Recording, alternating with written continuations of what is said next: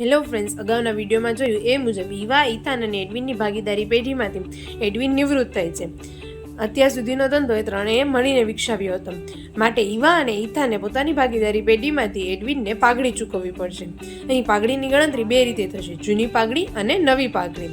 તો જો પેઢીના ચોપડામાં કોઈ જૂની પાઘડી હોય તો તે બધા જ ભાગીદારોના જૂના નફા નુકસાનના પ્રમાણમાં વેચાશે. માટે તેની હિસાબી અસર આવશે બધા જ ભાગીદારોના મૂડી કે ચાલુ ખાતે ઉધાર તે પાઘડી ખાતે.